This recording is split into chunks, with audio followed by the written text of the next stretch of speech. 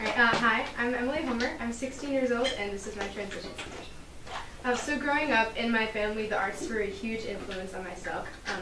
My sister was really into photography and journalism, and she was also part of numerous productions, whether it was in Acadia Community Theater or high school and middle school show choir and jazz band. My brother was also into photography, but he sort of erred to the more side of like digital design and graphic design. And like my sister, he did productions throughout his high school career. My family, we often took trips to museums, art museums. My brother went to art school, so we were always checking things out. And every year we take a trip down to DC for testing, and we usually try to find a day where we can go and just check out museums. So this is actually a picture of us in front of the Freer Gallery in DC. And every single year, my father continues to amaze us with his crazy Halloween costumes. That's me in the little Hedwig costume. It's actually just a giant feather boa, and he put a little beak on a pacifier for me. And then that's where the wild things are. So as you can see, the arts were a pretty big influence throughout my entire life. Another big thing that I had a relationship was with was creativity. Like I was always constantly being challenged to think creatively. Don't just do things, think about why you're doing them, and I'm always around the arts, so that was a huge thing in my life. So when I was younger, the influence of the arts was shown pretty well throughout my interests. I did Acadia Community Theater for about 9 years. As soon as I was able to, I joined show choir and jazz band in middle school. I did Summer Festival of the Arts camp for about 4 to 5 years. And I would always be helping around the house with my mom, whether it be with cooking or baking, and then I was constantly drawing, creating, taking photos. So, like any other child, I had many points where I thought that I had my entire life figured out, and I loved to think about what my job was going to be in the future. So, the first real job that I could think about wanting to be was an actress. So like I mentioned before, I did Acadia Community Theater for a long time. I was a part of the Gilbert and Sullivan Society of Maine for about 2 years, and I absolutely loved being on stage. There's just something about performing. I'm not sure if it was just because I get to make my own persona or just being on stage that just made me feel really great, and instead of being nervous like other people might have stage fright, I just felt at home. I'm not sure if I can particularly understand why I wasn't nervous at this point, because I am now, but I really loved being an actress, and I thought that was what I wanted to do. Unfortunately, as I grew up, I sort of realized the downsides of that, and there's a lot of disappointment in the industry. You don't always get the role you want. You might not even be cast. And also, my sister was very interested in the same thing, so we both sort of heard the same a lot. I also wanted to be a photographer. So, like my brother and sister, I was really interested in the world of photography. I definitely looked up to them as role models in my life. So, whenever they went out, like for photography hikes or something, I would ask to come along too. So I was constantly asking my parents for cameras when I was younger, or when I couldn't, I'd borrow my sister's. Sometimes I would even just steal it for short periods of time. She definitely knew, because I wasn't very good at deleting the photos after, but I did like to use the camera a lot and just get out there and take pictures. I also wanted to be a fashion designer. To be completely honest, I'm not sure where this came from, but I do remember my mom and I, we loved to watch Project Runway when we were younger, and I remember we were walking through a store one day and we saw it was actually like funded by Project Runway. It was this little like projection kit, and you put like a little slider in, and it has like one for dresses, one for skirts, one for shirts, and you can draw it in. And then there was also like little like templates that you could put underneath and rub on it, like left a different kind of pattern. So there's like a cheetah print, the stripes. But I remember really loving that. So I asked my dad if I could get a sewing machine. He said yes. Not sure why. We had 3 others at the time. So in this picture, I'm making my first apron out of an old pink bed sheet while my dad is sewing a space glove next to me. So a little bit of contrast there. I also wanted to be a cupcake artist, not a baker, just on cupcakes. So in about early middle school, there was a show that was really big on Food Network called Cupcake Wars. I'm not sure if any of you guys remember that, but I live and breathe that show. One of my best friends and I were obsessed. It aired on like Tuesday nights at 9, but we wouldn't watch it because it was too late for us in middle school. So every Wednesday we would hang out and we'd watch the show together. And sometimes we would even do our own little Cupcake Wars competitions. Like the day before, we'd think up a theme, and then we'd come with a little recipe and maybe give ourselves 2 to 3 hours to do it, and then have our dad judge us. So I really enjoyed that, but I just like cupcakes. That was what I wanted to do. I was also really, I looked up to this person named Candace Nelson, who was actually a judge and creator of the show Cupcake Wars. But I thought that she was an amazing role model because she took her own independent business called Sprinkles Cupcakes, just one bakery, and she expanded it, and she has, I think, like at least 20 locations around the country. I also wanted to be a hair and makeup artist, just for shows like Broadway shows or backstage productions. So I think that this definitely stemmed from my love of being on stage, and I was constantly backstage with my brother and sister for their productions, so I really saw what happened. And when I was in shows, the part that I loved the most was getting all made up with the hair and the makeup. So this picture is actually from my sister's junior year of high school when they did The Lion King for show choir. So I was in 7th grade. And I remember everyone had their makeup all done, and during notes I snuck over to the makeup table and I took the makeup and the face paint and I did it on myself. So in this picture is my sister with the makeup done by the actual makeup person and me done by myself. And I also wanted to be a singer. So this was sort of a career that was pretty predominant throughout my entire childhood. I'd say just about until really freshman year I was thinking of it as a real career. Like I mentioned before, I just love being on stage, and it was something that I loved. I loved performing, but I thought it was a little more reliable than being just a straight-up actress for shows. But I sort of lost interest in that. I still do it as a hobby, but it's not really something I'd go into. So as you can see, my current interests haven't changed that much since I was younger. I'm still a part of productions. I've been in the musical every single year in high school. I just recently joined the Gilbert and Sullivan Society of Maine again. I was in a jazz band, a combo, for this year, and I was also in our show choir. I go to New England Music Camp in the summer, and I recently joined HCTC this year for culinary arts. So I thought I'd explain HCTC a little more, because as Mr. Eaton has said before, you guys know we get on the bus at around 7:30, we leave, and we come back at around lunchtime. So I first heard about it sophomore year at the very end. I don't know if you remember, but Mrs. Bowles came in, our principal, and she had a meeting in the auditorium about what it was and just a short promo video.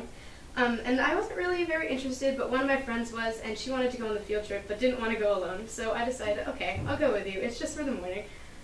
So I went that morning, and I decided to tour the culinary arts building or area, and I ended up falling in love with it. I just remember going through the kitchen and the back storeroom, the laundry room even, and I loved it all.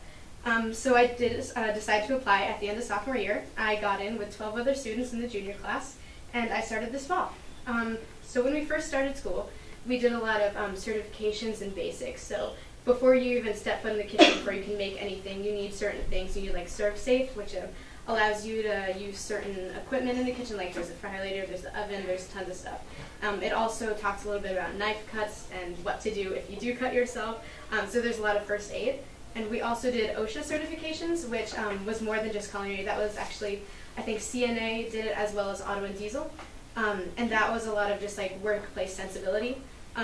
Basically like what happens if you injure yourself, what happens if you see someone else who's injured, and just basic things like that. Just rules, guidelines for following. So the first real project that we did at HCTC was the Gingerbread House competition. So we started as soon as we got back from Thanksgiving break, and it ended right before Christmas break. So my goal was just to finish it. I did not think that was possible at all. I picked a rather hard design, as you can see, and it was a competition between the junior and senior class, so I absolutely did not expect anything to come out of it. And I was 100% shocked when they told me that I had got first place out of everyone in the class. So I think that this was the point in the year where I started to like figure out that this was something that I was good at, and it wasn't just another little hobby that I had, and I really, really enjoyed doing that. So at about the same time as we had that competition, my teacher asked me and one of my friends to do the Skills USA competition, which is, it's a competition for all the technical schools in the country. It's first statewide, and then if you get gold in your category, you can move on to nationals. So in the baking or in culinary arts, there's regular culinary arts, there's commercial baking, and there's wedding cake design, and there's also like job interviews or demonstrations. So me and one of my best friends were chosen to do wedding cake design. You have 4 hours to do the entire thing. It's absolutely crazy, but so we're totally overwhelmed in the beginning, but we did it. We ended up getting silver, and I think that was another moment in my year where I decided that this was something that I really could go into, and I don't think I really realized until then that this was an actual career I could have done. I had erred more to the side of just doing culinary because I knew that was more reliable than just doing pastries and all that, because there isn't as high of a demand for that, but I knew that I wouldn't be happy with just doing that. So I came to the conclusion that I wanted to be a retail baker. So retail baking is different than commercial baking because this is more of like working in a bakery. It's small scale, so you would make, it's more attention to detail, I guess. And this is where you could do things to order, so people might ask you for wedding cakes at a retail bakery. And like commercial baking is more like bigger companies, like mass producing, making like big batches of everything. This is more little and in tune, focusing on the small things. So that's why I was really interested in that, because I am a little bit of a perfectionist, especially when it comes to baking. So I thought it would be much better to work on something where I might be making smaller quantities and paying more attention than just doing big amounts. So I thought, who better to interview than the owner of the Morning Glory Bakery, Maria Chase. So when I talked to her, I asked about her childhood and how that sort of impacted where she is now. And she told me that she grew up on a small flower and plant farm, so she's always enjoyed life that was sort of fueled by nature, and she really loved that. And also when she was younger, she wanted to run a small, locally driven food business. And she also talked about how much she loves working with like the local farms and the families who work here. She also went to college for 2 years at COA, but she ended up dropping out because she didn't think that she could handle the responsibilities, and that's when she started a job at Morning Glory. She didn't really have a passion for baking until she took over. She more stuck to like the cooking side of things and thought that baking was like a fine art that she could never achieve. But as she started working here, she realized she really did love it, and it was one of her passions. So I asked her a lot about what it's like working as a retail baker and owning your own bakery. And she told me the biggest pro of owning her own bakery and working there was working with like the local farm families, because she loved like getting the fresh product, and she didn't like funding like the big corporations that weren't as good. But also that led to one of her biggest cons was working with local farms, because although they're really good and they have great product, since they're not large corporations, things can get messy. They have lives, things can be late, cars can break down, and sometimes it can cause a lot of issues. But overall, she said she wouldn't trade the feeling of being with locals to a big corporation. So that was one of the biggest things that she loved about being a baker, was that she was working with the customers and her employees just to make someone's day better. So I've researched a couple colleges to help me go into this field. I've looked at Johnson & Wales University in Rhode Island, the Culinary Institute of America, Hyde Park, Paul Smith's College, and Sullivan University. So the first college that I really researched and heard about for just culinary arts is Johnson & Wales Harborside campus. It's located in Providence, Rhode Island, and it has an 81% acceptance rate. And they also have other locations in North Miami, Denver, and Charlotte. So they have a 4-year baking and pastry art program. The first 2 years are pretty much what I'm doing right now. So it's a lot of basics. You get the certifications if you don't have them already, and you learn like certain techniques that you need to do everything else. And then the second 2 years, it's more advanced baking, but also you get business management and food science courses, which is really unique because you actually get a bachelor's of science degree from this school, which is something that you can't find a lot. Another amazing program that this school goes through with the culinary stuff is that you have to go on an internship for 1 semester of your career. So you can do paid or unpaid, but it's your responsibility to research where you want to go, find ways to get there and figure it out. But you don't have to like pay for credits during that semester. And also just being in Providence is very amazing. They have their own special culinary and baking campus. This picture right here is actually the building for everything culinary and baking. I think it's about 5 floors. It's absolutely insane. It's gorgeous. There's rooms that's specializing in just wine. There's the baking rooms. There's the culinary rooms. It's absolutely insane. Providence was also rated as the #1 city for food, drinks, and restaurants in Travel and Leisure's America's Favorite Cities poll. And I also just love that it's by the water, because I don't think I would trade that for anything. Being on this island has led me to believe that I don't think I could ever be on like a landlocked state. I need to be by the water. I also looked at the Culinary Institute of America at Hyde Park. They're located in Poughkeepsie, New York, and they have a 64% acceptance rate. And they also have other locations in California, Texas, and Singapore. So notable alumni from the school can include Duff Goldman, Kat Cora, and Steve Ells, who is actually the founder and creator of Chipotle.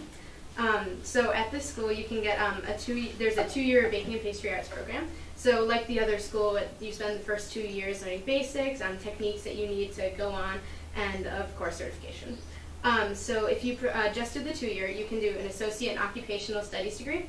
And like the other school, this one also has an internship program, same situation. And also in your culinary or baking things, there are different restaurants within the school that you can work at. For baking and pastry specifically, there's something called the Apple Pie Bakery, which you can work there. You get hospitality skills for working in front, but you also get to work in back and make the products. And you can also continue on to do a 4-year business management program, and from that you can get a bachelor's of business administration. So what you do is you do the 2 years of your associate and you follow either baking or culinary, and then you continue on and you do more advanced classes in your field, but you also work on management. So you get like accounting, marketing, food service management, all those kinds of classes. So essentially it's just the 2-year program with an added on 2 of more advanced classes, and you also get the running the business. There's also, for baking and pastry arts, there's a concentration that you can do for 1 semester in California at their Napa campus. So you go down and you're still learning, you're doing your business classes, but you're just doing them there. But you're also working on much more intense baking things that you wouldn't be able to do at the other campus. So for example, I saw in the video that like you can, they make their own chocolate, so they get the beans sent to them, and then they make the chocolate out of it. And then they come up with their own chocolate bar. They have to make the design for the packaging, they have to figure out what's inside it, and they actually have to sell it at a common place at the campus. So I thought that was really cool because it ties in with the business. It's got, you make the product, you sell the product, you package it, it's everything. So I was really interested in that. Another really important part of this college to me was that any graduate from the school, no matter how long ago you graduated, you can go to a counselor if you're having trouble finding a job, and they will do whatever they can to help you find a job in your area. And say you get an interview but it doesn't work out, they'll help you until you do find a job and you're safe there. The other colleges I looked at were Paul Smith's College and Sullivan University. Paul Smith's College is located in Paul Smiths, New York. It has a 2-year baking and pastry arts program where you can get an associate of applied science degree. And like I said, it's just the 2-year. You've got the basics, you've got techniques, and you have certifications. But you can also continue for another 2 years to get your bachelor's degree. But unfortunately, this college is really small, and it's not quite what I'm looking for. I wanted a more intense feel, and I knew, like from my research here, you didn't quite get that. It's more laid back. I also looked at Sullivan University, which is located in Louisville, Kentucky. It has a 2-year baking and pastry arts program, and you get an Associate of Science. And you, like I said, it's just the baking basics. You get the basics, techniques, and certifications, but you also get a lot of hospitality things. They have a public speaking class that you have to take, and there's a bunch of other stuff like that. And this school is an internship program as well. Paul Smith did not. But it's only a 2-year college. You can't go beyond that, and that's really frustrating for me because I want to have at least a 4-year education in college before I move on. So what now? I think that travel would be extremely important for my field, especially baking and pastry. So hopefully, I don't have any plan for this yet. I would love to travel after college gets out. And it's no coincidence that all these pictures are of French food. I would love to travel to France, maybe take a class there, or just look at the food that they have.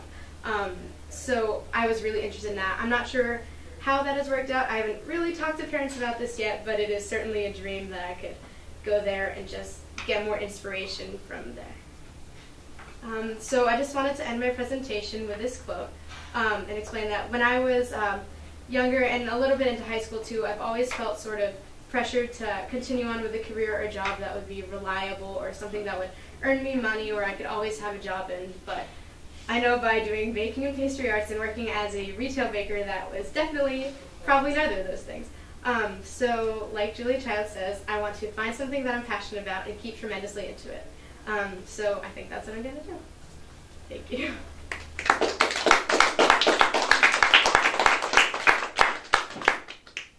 Does anyone have any questions? Would you ever consider going abroad for college? Yeah, well, yes. The 2 colleges that I'm really interested in, you can actually, which is Johnson & Wales and the CIA, you can do like a year abroad at any of their other campuses. So, like I could, if I went to like Providence, if I went to the Providence location of Johnson & Wales, I could also go to like Colorado and do it there in Denver, or I could go to Singapore if I went to CIA. But I haven't really thought of like actual colleges outside of the U.S. for the full 4 years. Cordon Bleu. That. Yeah. Well, I did look at that a little, but they only offer 2-year programs, and I'm really looking for 4-year. Gloria? Do you aim to have a pastry shop of your own at one point, or yeah. Are you aiming to just be part of one? The absolute dream, like the best thing in the world, would be to own my own bakery. But if that doesn't happen, I'd definitely be content just working at one.